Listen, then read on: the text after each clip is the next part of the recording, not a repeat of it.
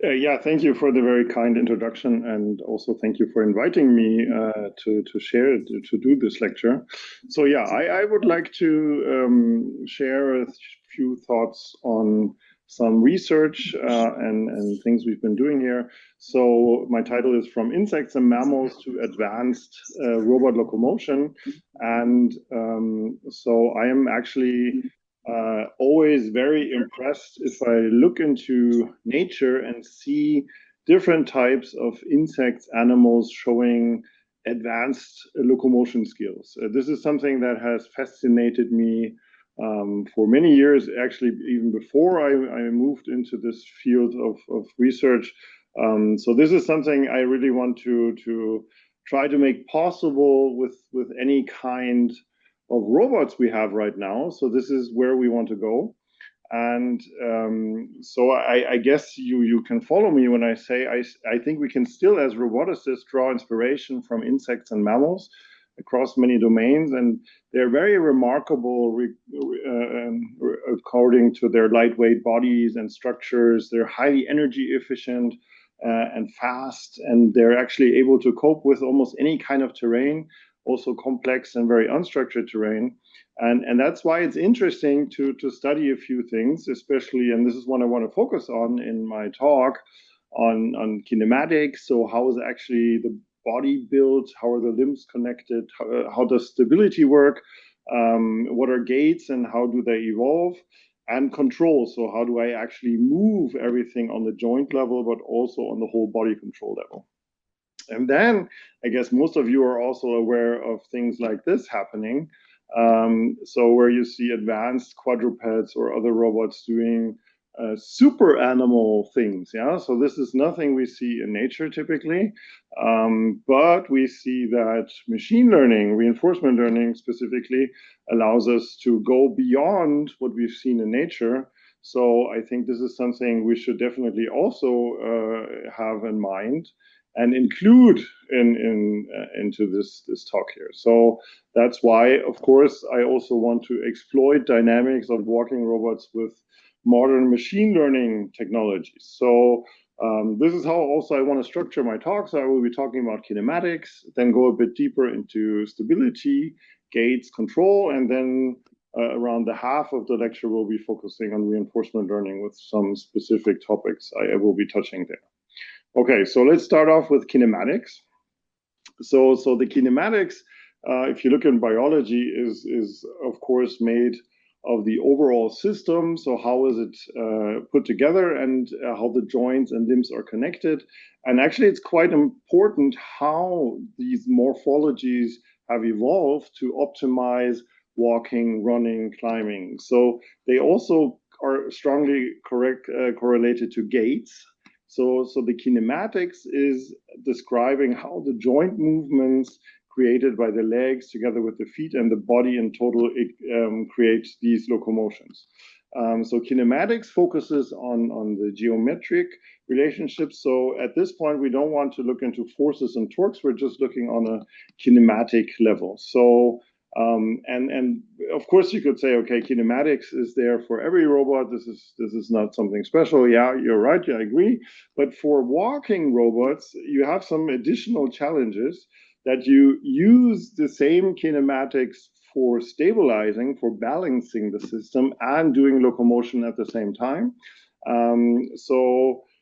Every foot you take, every step you do also has a big influence on the stability and the terrain interaction you're doing. So, and you have these closed kinematic chains over the ground, which make it quite interesting and challenging in many cases. Okay, so of course there's many different types of locomotion, legged locomotion. So you can of course look at the number of legs. So of course you have bipeds with humans and birds typically. Then you have the big group of four-legged, six-legged, and then also eight-legged like spiders, scorpions, and crabs, or even multi-legged like centipedes and millipedes. But here I want to focus on four-legged and six-legged. So six-legged are basically all types of insects, where you look a lot at ants, cockroaches, stick insects, or similar. And in four-legged, actually, you have to distinguish a bit because there's the reptile-like locomotion, which is a very low center of mass, similar to amphibian-like locomotion. And then you have the mammal-like locomotion, which again can be distinguished a bit. So there's some that walk quite differently. And here's a bit, so we rebuilt the kinematics in a simulator for the plantigrade, so the animals walking on the sole like a bear, the dintigrade on toes, or the unguludigrade on the tippy toes, like elephants, for example, or a zebra does. Yeah, and it's interesting that they basically have the same number of joints, but the joints over evolution have evolved in different ways, and the locomotion is realized in different ways here. So the question is now, if we look at insects, so what can we say from that? And I have been looking a lot at the kinematics of the stick insect. So why did I look at the stick insect?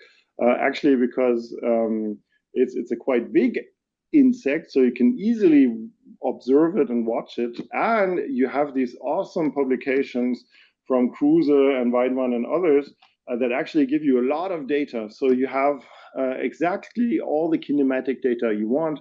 So where are the legs attached on the body? How are the axes there? How are the leg lengths? So the segments and the masses. So this really allows you to build robots following these designs you find in nature. So this was what we tried to do. So the challenge was, let's build a walking robot. Let's build a six-legged walking robot. And then you come up with the question, so actually, how will we attach the legs to the body? So of course, you could do it engineering-wise, optimal, and just take it perpendicular and try to take a yaw angle of 0 degrees. This will make things a lot easier. Or you could rather go to a biologically inspired approach and maybe have the legs spread a bit and with non-zero yaw angles. And the same way, if you look from the front towards the robot, you could also have a roll angle, making everything easier if you just have it with 0 degrees, or you could also there add some tilting. And the question is this actually worth doing this, adding the complexity here, trying to do that? So what we did for Lauron 5, which is a six-legged walking robot, which was strongly inspired by the stick insect. So when I started my research, I basically had this pre-version of a leg, which you can see on the top part here, which is very, very close to the stick insect from the lengths.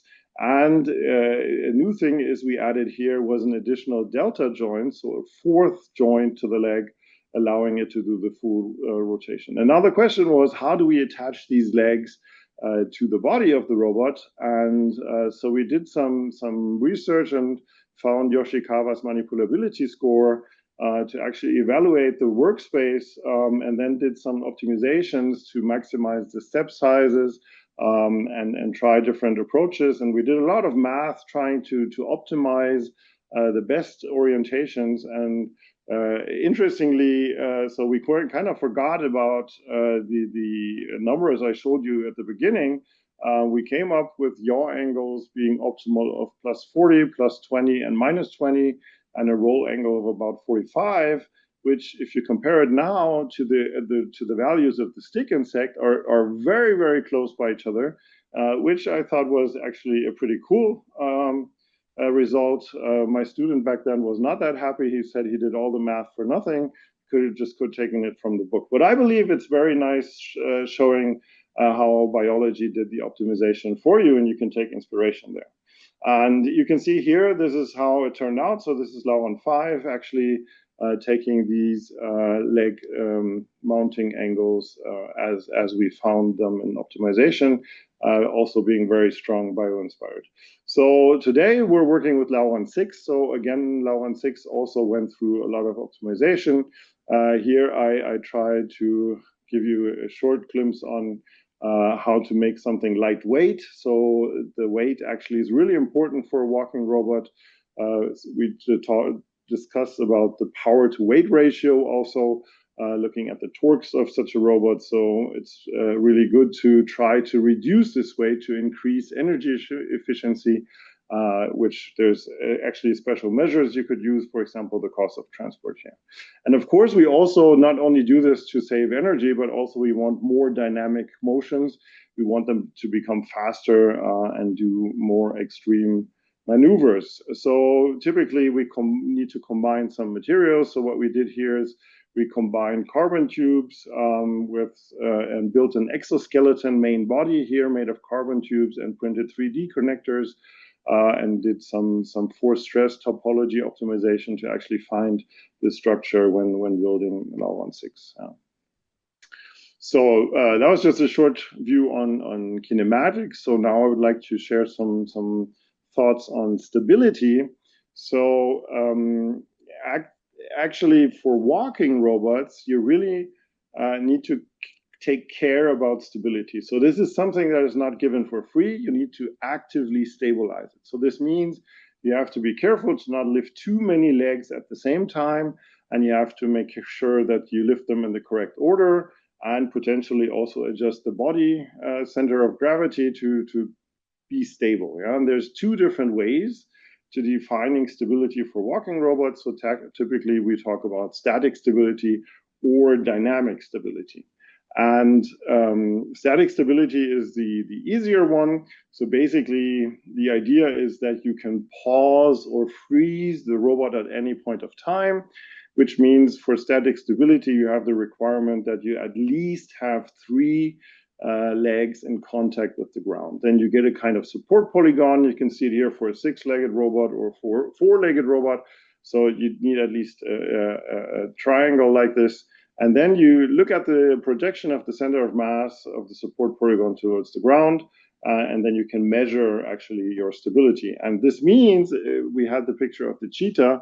Obviously, if the cheetah has legs flying in the air, you cannot pause it without it falling over. So this is obviously not statically stable.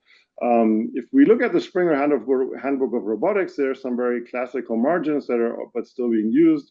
So there's the stability margin, which actually then calculates the minimum distance from this projected center of gravity to the edges of the support polygon. So you take the value here. Or if you want to focus more additionally on the locomotion direction, you can use the longitudinal stability margin, which then takes the minimum distance towards the edge in walking direction, as you can see here. So this is a very simple way of calculating the stability, but unfortunately, this only works for robots that always have at least 3 legs on the ground.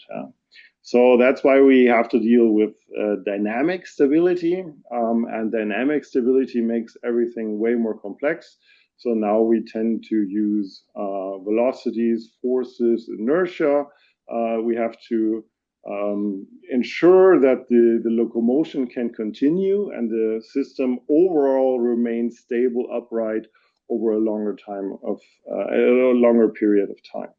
And actually, there's not the one criteria for dynamic stability. There's a lot of different stability criteria.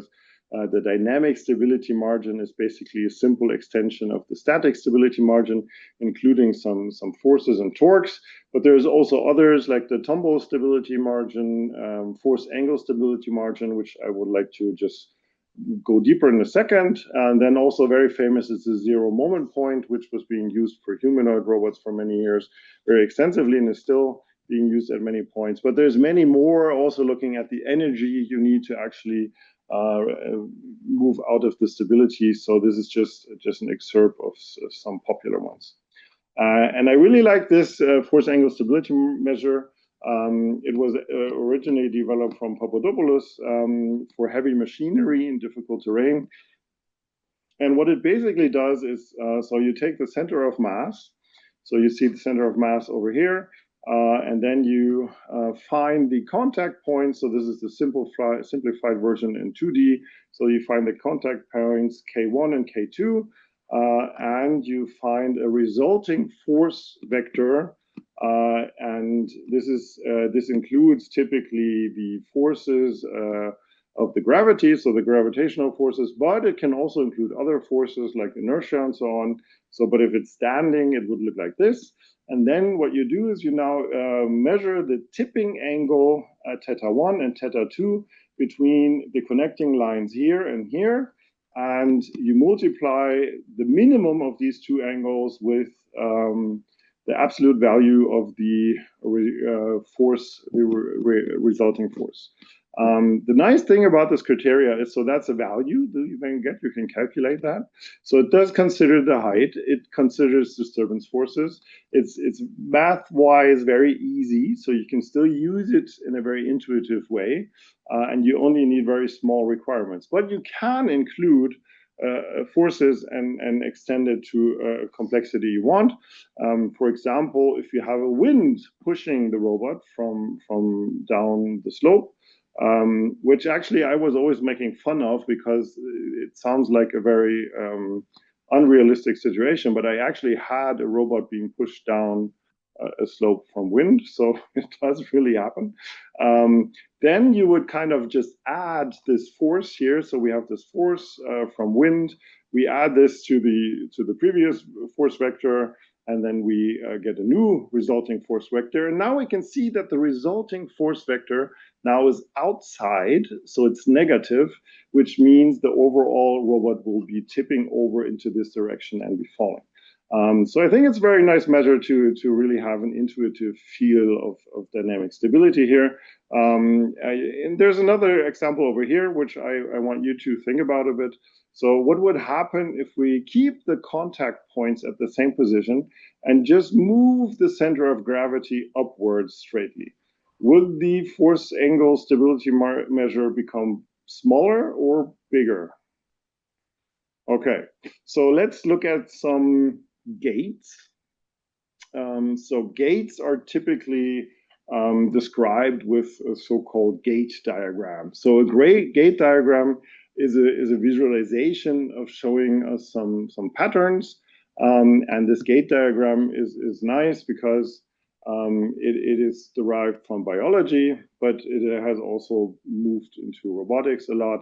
So in the x-axis, you have the typically the time, and on the y-axis per leg, we have a representation of the swing or the stance phase. So in most cases, but it's not always that way, you have to be careful and look at the caption, but in most cases, the black bar means you have ground contact, so you're in stance phase, so the leg is touching the ground, and you can then read the pattern. So I can read here, so it's a six-legged walking robot, and I can see that there's always three legs on the ground, and they're having some overlap here, so they're touching all of them at the ground at some point, and I can see that this pattern changes, that here now, for example, there's some changed overlap, and you can see how these patterns evolve. This works the same for four-legged robots, so you can also nicely see here the overlap. And there's then some matrices that you can use to actually calculate the stability of these walking gaits. So the criteria to distinguish the gaits, for example, can be symmetric or cyclic, which we can see in the gait diagram, but we can also just use the number of ground contacts to describe them, for example, for statically stable gaits.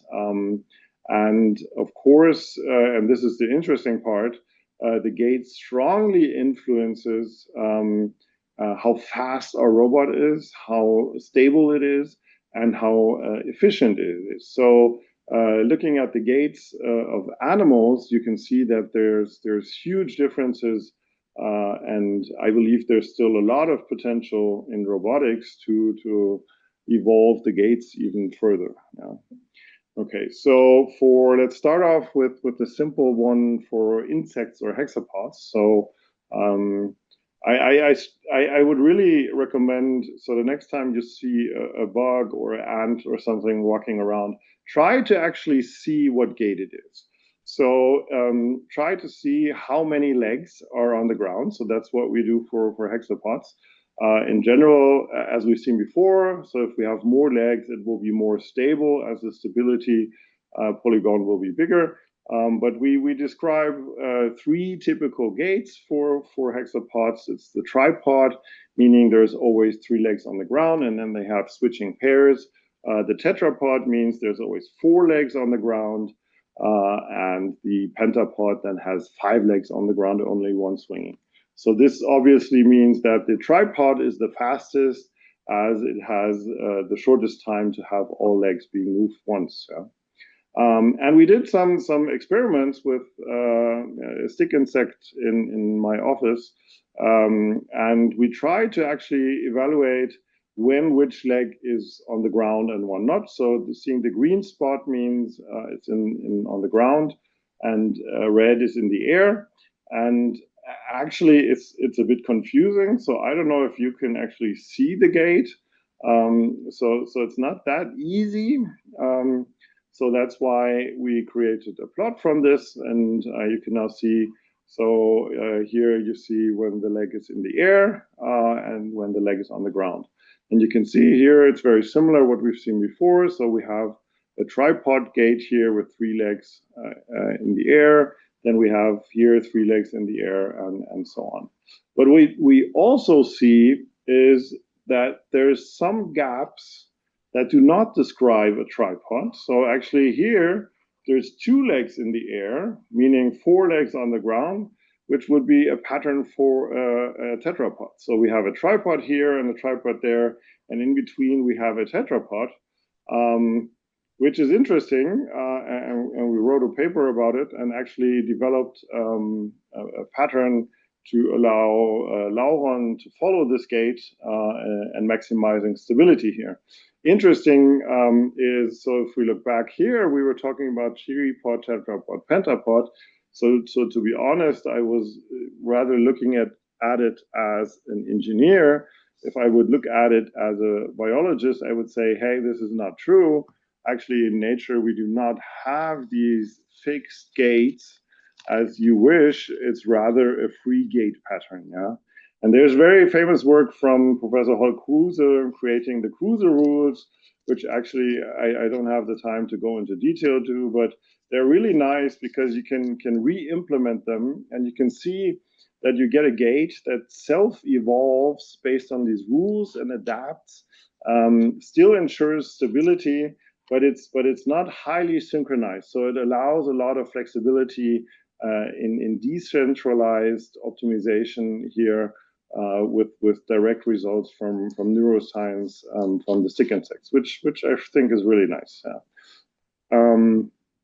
Okay, so if we now move on to four legs, so mammals or quadrupeds, things get a bit more complicated or more dynamic, you could say. So in general, we distinguish two categories of gaits. So the first category of gaits is looking at walking gaits. So meaning that you still have at least one leg on the ground with a crawl gait, actually having only one leg in the air. Then there's diagonal walk, amble, and trot.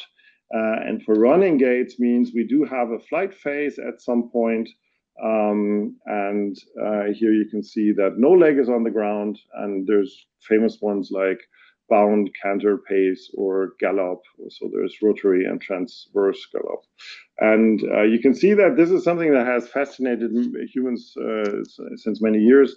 So Muybridge did these locomotion studies to actually prove if horses, while running, have flying phases with all legs off the ground. And he won a big bet with that, showing that it's actually true. And this is something we already saw with the cheetah video here. So here's a rotary gallop showing, and you can see how impressive actually this is, how few contacts you have, and how huge the flight phases are during such a locomotion, as seen here in a cheetah running gait. Okay, so this is I think really nice, and something I draw inspiration from. So how can we get there? So we need control. We need to control the legs. The problem why we need control is actually because things don't obviously always work as we expected. We have some dynamic and uncertain environments with some physics in it. And typically, in many cases, just a simple PID controller is not sufficient to actually be able to do really fast motions, come along with changing dynamics or contact-rich tasks. So you must somehow balance in control the precision, robustness, and safety at the same time. And this is especially important if you move robots out of the labs into real-world applications. Actually, the disturbance becomes the standard case, and you really have to do with nonlinear dynamics and all the difficult things here. And especially for legged robots or legged manipulators, like here, the Boston Dynamics robot we're using in a challenge, but of course also for humanoid robots, this is really essential to have a good control system to enable the robots to do what you expect them to do. Also, especially if you're talking about safe human and robot interaction, especially control is essential here. And there's different levels of control. So one of the most sophisticated levels right now is the whole body control, where we actually try to coordinate all joints, all robot joints at the same time to create an overall optimal body motion. Of course, during this, we have to balance, we have to take care about the posture, optimize contact forces, and deal with constraints. And then typically these are cascaded concepts where we're on the second level, we have a low-level joint control dealing with torques, velocities, and position control, for example. We need to take care about the motor dynamics, but also actuator limits regarding the torques and also our control bandwidth. So how fast can we actually do it? And that's why there's I would say two main tracks to go for legged robots right now. To deal with all these dynamics, you need, there's model predictive control, which is part of optimal control theory, which allows you to actually model this really well and deal with advanced dynamics and stability here. Or you could go the direction of reinforcement learning to create some adaptive and very robust locomotion skills. And so optimal control or model predictive control is very powerful. And this is a video from ETH, RSL lab. So basically what you do is you measure the current state, you predict the future, having a good model, a good dynamics model, you solve the optimization problem. There's different solvers to do that. You apply the first control action, and then you repeat all again. So you typically always just take the next step in the optimization scheme. And this video is 3 years old. And it shows really, really good performance of the animal robot walking here. And you can see also on the left side that it's aware of its environment and taking good decisions on what to do here. If we compare this advanced control approach to reinforcement learning, so the good thing about classical control, optimal control, is that we as researchers, as engineers, we are in charge. We can design the behavior. We can include control laws, use explicit models. So this makes all of it very, very predictable and explainable. We can ensure safety guarantees and have a strong stability. But this also leads to the fact that we need a lot more accurate models, expert knowledge, and actually we reach some limits if we reach extreme cases of interactions with dynamics and environments that we cannot model well. Yeah? So on the other hand, the reinforcement learning has the advantage of us just defining a goal with a reward function. So we don't explicitly model the behavior of the robot we want. It's rather the robot trying, and we kind of grade it, how good that was and how well that fits to what we expect it to do. So it's more that control here emerges from experience the robot gathers. And this is nice because the robot can actually discover new behaviors, actually something we maybe didn't expect it to do. And it can actually handle really well high nonlinear systems and also contacts. The downside is it needs a lot of training resources. and it stays a black box, which is hard and difficult to interpret, also from safety perspective. So in general, I would sum it up. So if we're looking at model predictive control, optimal control, we're kind of in control. We have we can program and deal the constraints. On the other side, if we're looking for machine learning, we give the system more freedom to learn and evolve, and we kind of lose a bit of our influence there. So that brings me to the topic of reinforcement learning for locomotion. So reinforcement learning is very, very popular. And actually there's big companies like Boston Dynamics that were very, very strong in favor of MPC on their Spot robot. And you can just see here on the left side is the MPC version, and on the right side, they also switched to reinforcement learning and have this super slippery surface. And you can see that they're able to actually bring their well-designed control approaches just to the limit. So I mean, this is really an extreme case. And for those who have worked with Spot, it's really, really good at dealing with difficult environments. But things like this used to happen, that it really backed off and had trouble.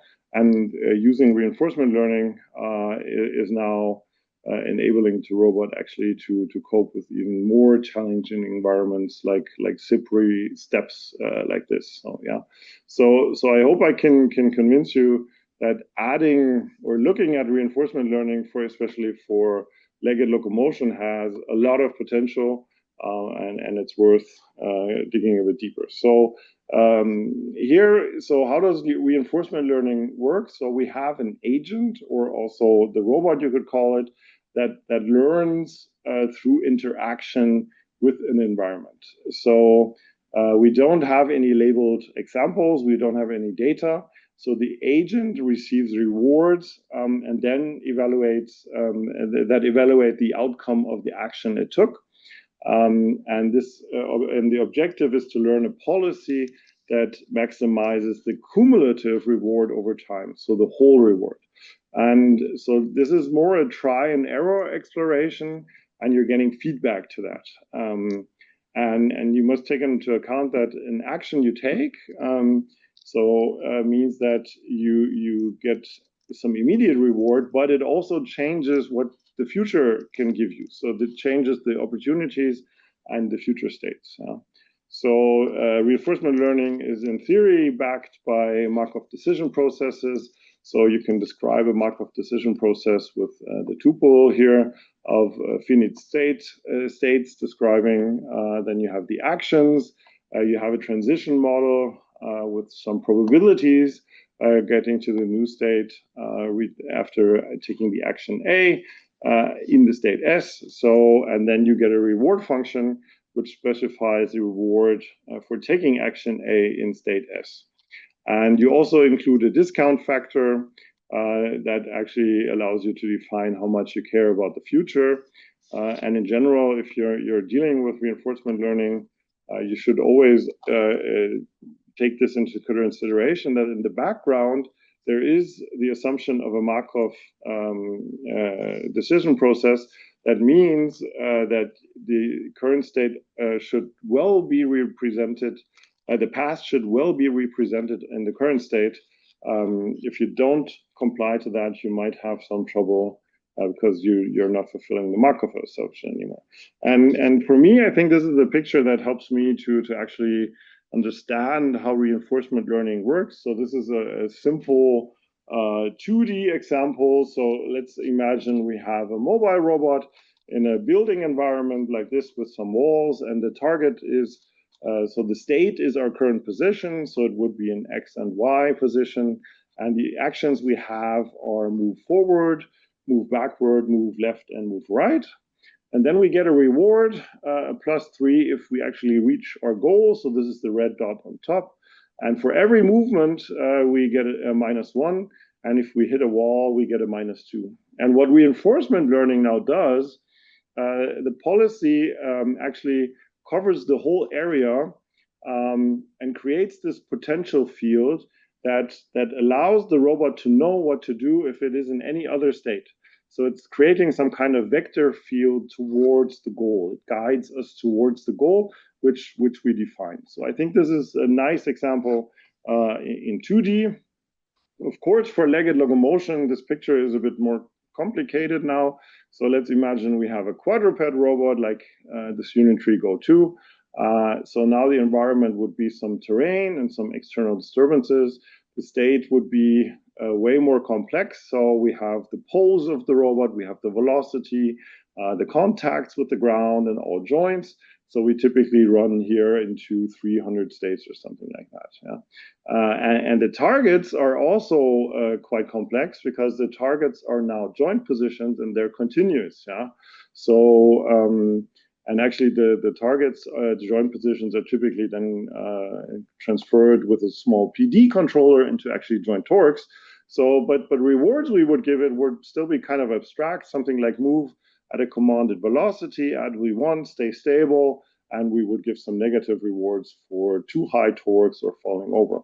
And now what RL and PPO still do is that they optimize the action to take in every possible state. So whenever the robot state changes, one of these poses, the joints, the contacts, whatever, it kind of has this high dimensional vector field in state space that brings us back to this gate attractor or this stable locomotion. So I still think of these policies like that they guide us back into this high dimensional space here with a kind of a flow.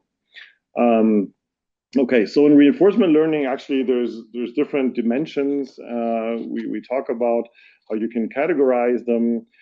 So we're talking about environmental knowledge. So it could be model-based, model-free. Optimization could be value-based or policy-based. And the data collection could be on policy or off policy. And so we're going to be focusing on PPO here.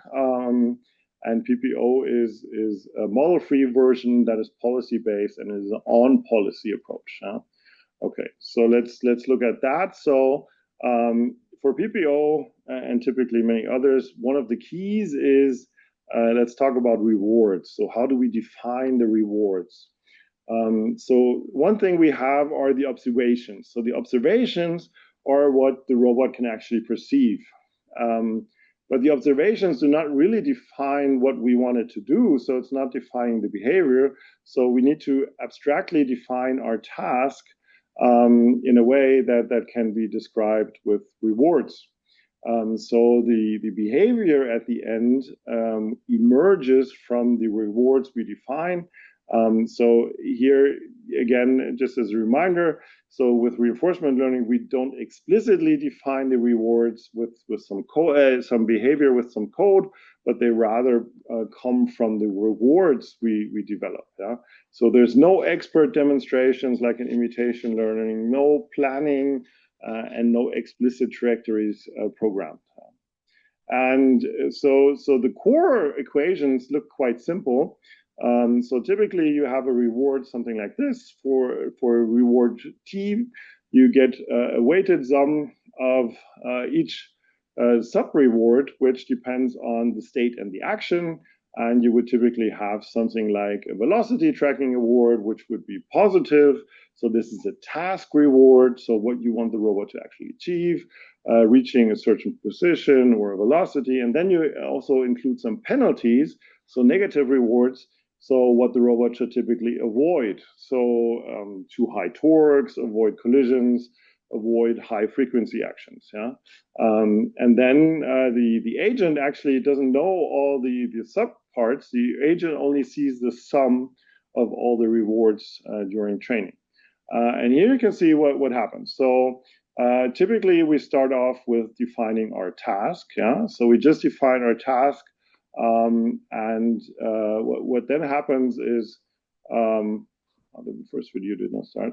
So if we only define our task, it will look quite weird and will not create a very smooth locomotion. And if we then include some typical penalties, you find for example, penalizing torques or the action rate. So you don't want too big changes from one step to the other. the contact penalties, damaging hardware, so you don't want the body to hit the ground, then you can get something in walking behavior like this.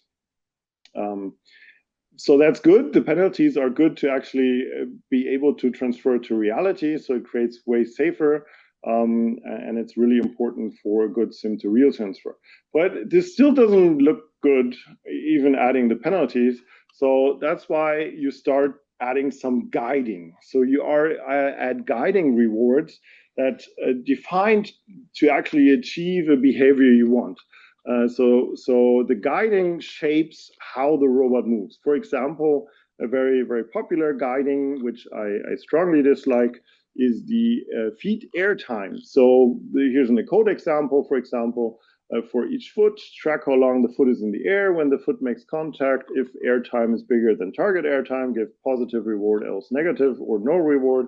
If there's no command, don't give a reward. So we're defining how much of the time the robot should have its legs in the air. You could do the same for the base height, the base orientation. You can actually do this and encode explicit gait patterns, as we've just seen from biology, which is nice to show that the robot can do it. And it is also nice because you can actually make the robot walk way better. So this is now adding the task rewards, adding the penalties, and adding some guiding rewards.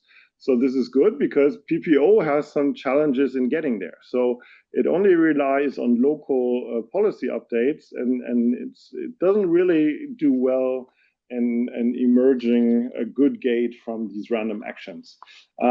So creating a desired gait characteristics, just a forward motion alone, it doesn't work well. So we want some smooth, stable, natural looking locomotion. That's why we add these guiding rewards to get a better convergence to where we actually want to go.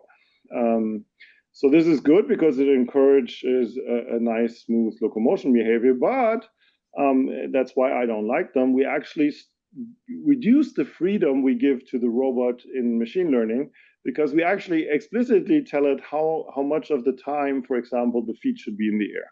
And this might actually prevent the robot from doing something optimal. So now it's doing what we explicitly wanted to do, but for the task or for the kinematics, dynamics it has, this might actually not be optimal. It's just trying to comply to the rules. So one way to, for example, not do this is think about changing the environment. Yeah? So we can see that the guiding rewards might actually not be necessary. There might be other ways of solving this task. For example, if you add a rough terrain to your walking environment, the legs will automatically learn to actually lift up when moving forwards. And they will also continue to do that on flat terrain. But they don't optimize for a time you define. They optimize for an energy efficient policy to actually do what you wanted to actually walk into the direction. So no guiding here is, from my perspective, way beneficial and actually has a more natural way of emerging the behavior you want. And there's many other ways how to do that too. Another way we need to discuss is curriculum learning. So curriculum learning is done a lot because reinforcement learning has the difficulty of learning a new task from scratch, for example, fast running or walking upstairs. So the problem is you have a difficult task, you try it, it doesn't work, and you don't learn anything. So the robot does not have, the policy does not have a chance to get some feedback from the learning signal. So a very intuitive idea, and that's also what we do in machine learning, is we don't try the hardest task at first. As humans, we also would do it that way. So for example, we start off learning to walk, then we use smaller stairs, and then we increase the level of stairs. So curriculum learning always works this way, that we start off with the task in an easy way, then make it a bit more harder, and then at the end we have the real task in a hard version. And that helps, the curriculum learning helps the policy to actually reach the capability that is needed. And here's, walking the stairs, I think, is a very famous example. So you have very small stairs at the beginning, as you can see. you just increase the stair size, and then at the end, it works really well walking up and down these stairs. But actually, there's also more to it. So if you only let the robot walk upstairs, which is way more difficult, it will learn slower. So you should always also include it walking downstairs, because downstairs is easier to discover during exploration, and the robot collects more learning experiences earlier, and the training converges way faster. So the question is now, how do we know? So you see the curriculum here from left to right gets more and more difficult. So how do we decide when to level up? So when the robot should go to the next level? So typically,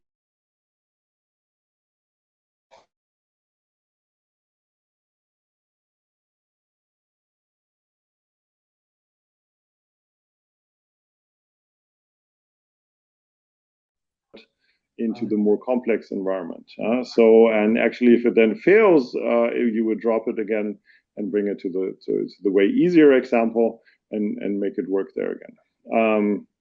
So the key here is actually to keep it on the edge of its ability to maximize the learning here. So if it's too easy, you don't really learn much. If it's too hard, you don't learn at all. And if you have it right on the tip there, you can just do the best and have the best learning skills for such a scenario. So when designing a curriculum, the task is to ask yourself how difficult should the changes be? Yeah. So how much of difficulty increase over time will your system actually be able to deal with? And when is the next level ready? It actually, if you do this intensively, you will see that this is not easy task. So it becomes as difficult as defining the reward functions and doing the tuning there itself. So if you have a bad curriculum, it will strongly slow down or even prevent learning. And of course, this is also not only for stairs. You can also think about having higher velocities, larger gaps, or rougher terrain, as you can see here, to increase the difficulty. Okay, so we've been looking at simulations now. So the question is, how do we push this to a real robot? Of course, we want to have a policy trained in simulation and then run it on the real robot, just as it being in simulation. Yeah. But the problem is there's some gap between the simulation environments and reality. So typically the policy will fail on the real robot.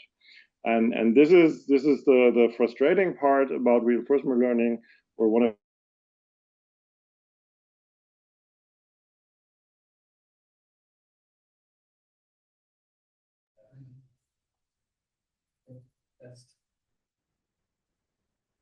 Arne?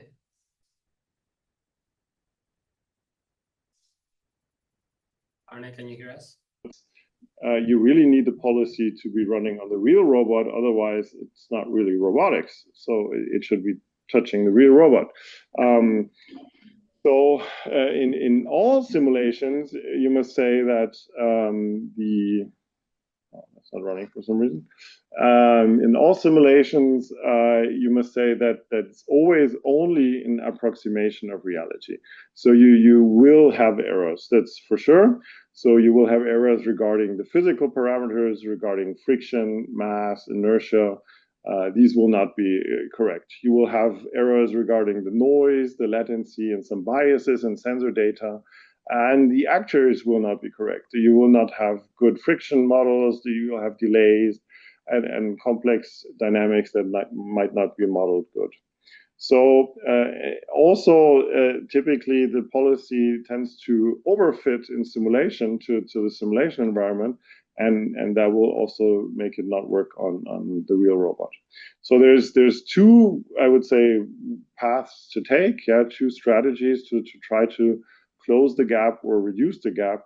You can, of course, try to improve the simulation realism, or you can try to improve the robustness of the policy you're training. Okay, so very popular is domain randomization. So what we see up here is that we change the friction coefficients for the robots. So every one of them have different friction in the simulation. So you can train many simulations. It's cheap and easy to train many robots with different parameters. You can change mass, inertia, and all these things easily. But you can also, for example, add disturbances. So also very popular is adding random pushes. So you can really push hard on the robot and it should recover from these pushes. And if the policy then does well here, especially with pushes and all these friction values, then across many worlds, it will be also very tolerant to imperfect conditions on the real robot. So it will generalize way better to reality if you add these things in simulation training phase already. A key again is the actuator dynamics. So this is really one of the not only the friction and environment and some pushes you have, but so you have a policy, it gives you some desired joint positions. Then you have a PD controller that actually creates some torques and sends it to the actuator and creates a model. So if the actuator model is wrong, actually the torques will be wrong and the robot will not do what you want it to do or what you expect it to do from simulation.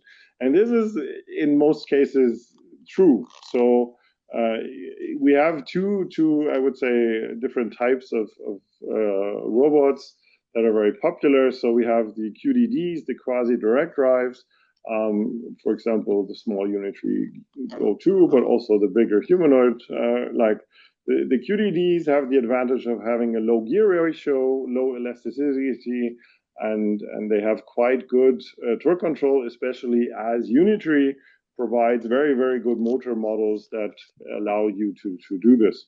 And then you have other robots like Animal D or Lauron that might have more complex actuators like serioelastic actuators, but also could be other ones. And so you have some spring in there and you add some additional complexity to the dynamics. So how can we actually still have good motions on the real robot if we don't have the perfect models? So what I really appreciate from Unitary is that their GitHub repository on reinforcement learning gives you really good models. So you can sim to real here is really small, but this is also just due to the way they've designed the robot, which is really nice. So that we have low gear ratio, low complexity, and this makes the sim to real really good. So the basis here is basically doing some physics-based modeling and fitting torque speed curves with friction and latency well, and then you can have some really good things. If you then add some additional randomization, it really works good on the robots. So it is a reliable and robust way to do a sim to real transfer. Another way, as we did, for example, for Lauron 6, our newest generation. So here we're using serioelastic actuators. So they include a spring.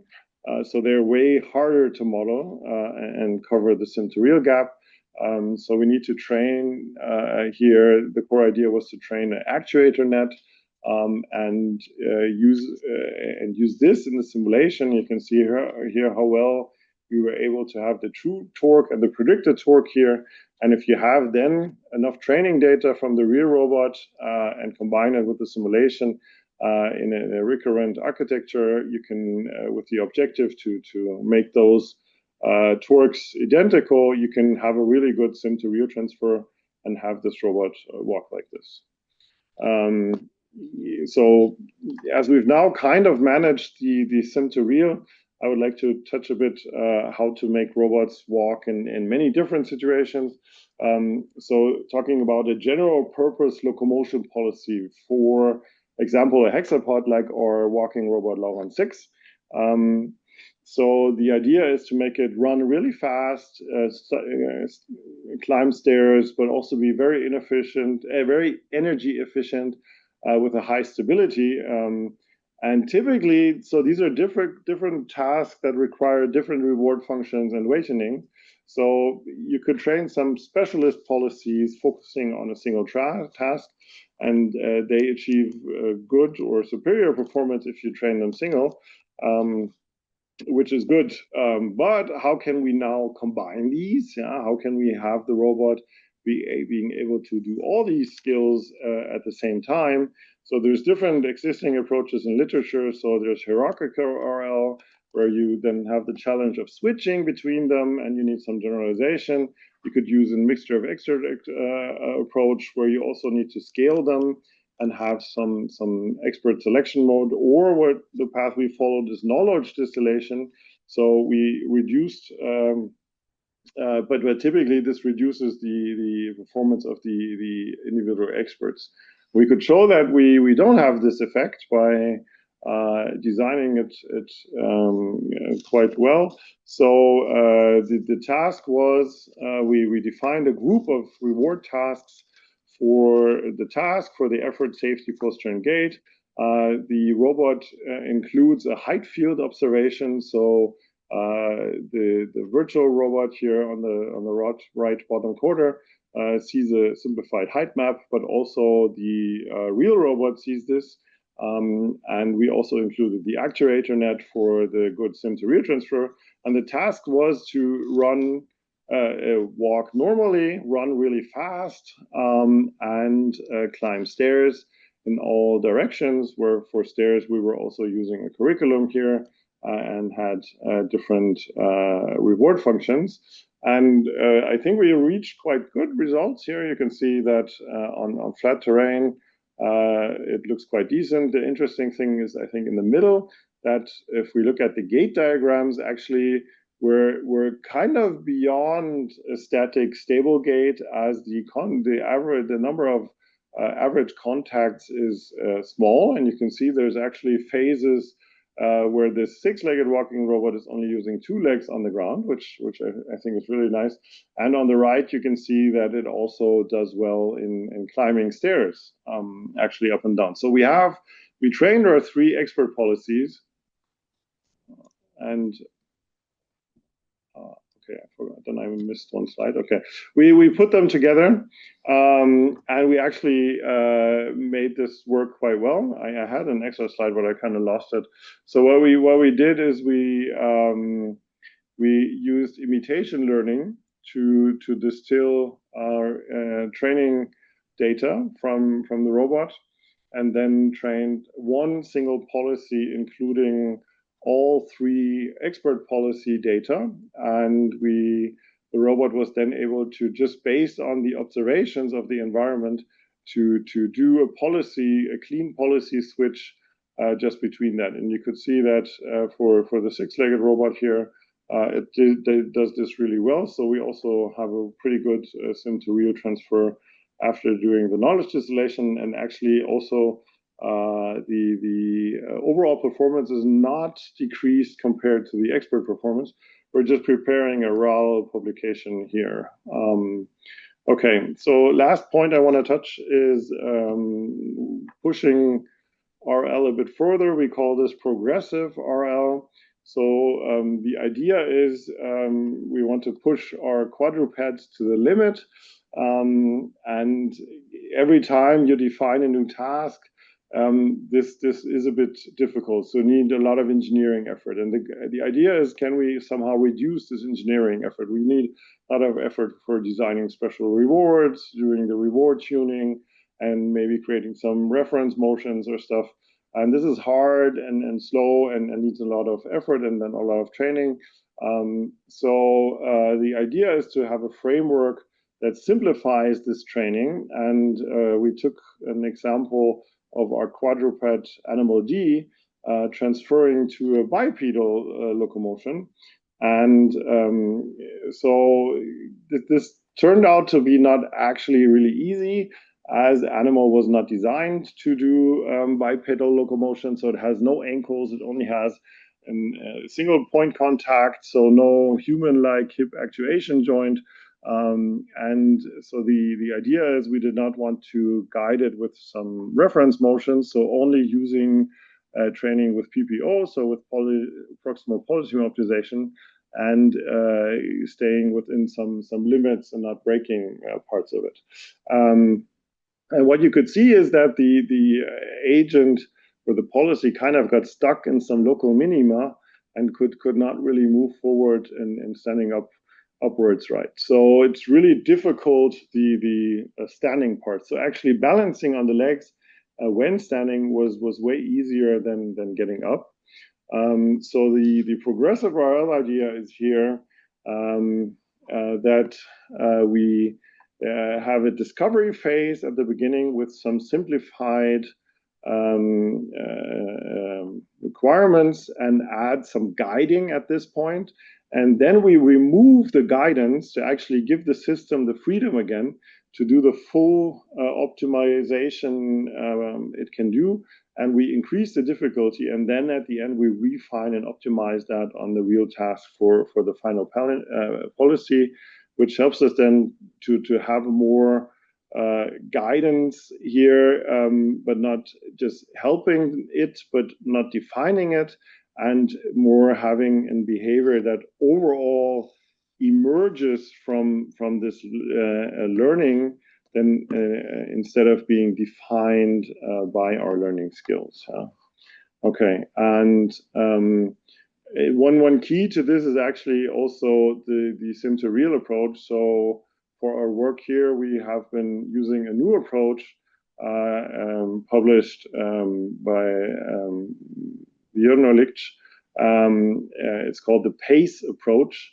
And instead of using the actuator net as before, here the idea is to learn the torques directly. So the idea is to directly identify the physical parameters of each motor based on some recorded data, so real hardware data.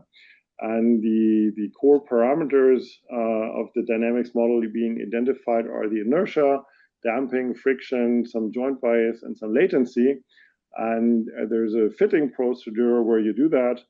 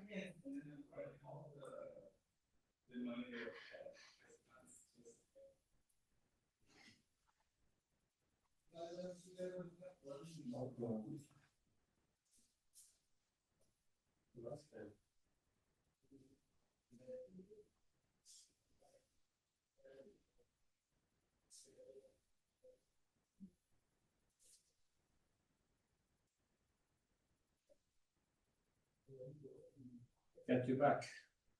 You're muted. I'm sorry, my connection dropped. I don't know why. Lost you in the fitting procedure part.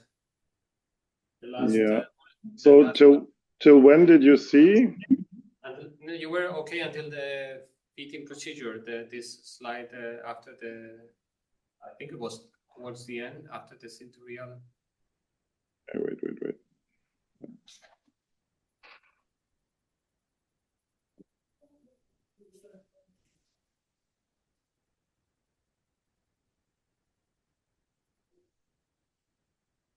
So did you see this? Yes, we were in the last bullet point where you were talking about the fitting procedure here. Okay.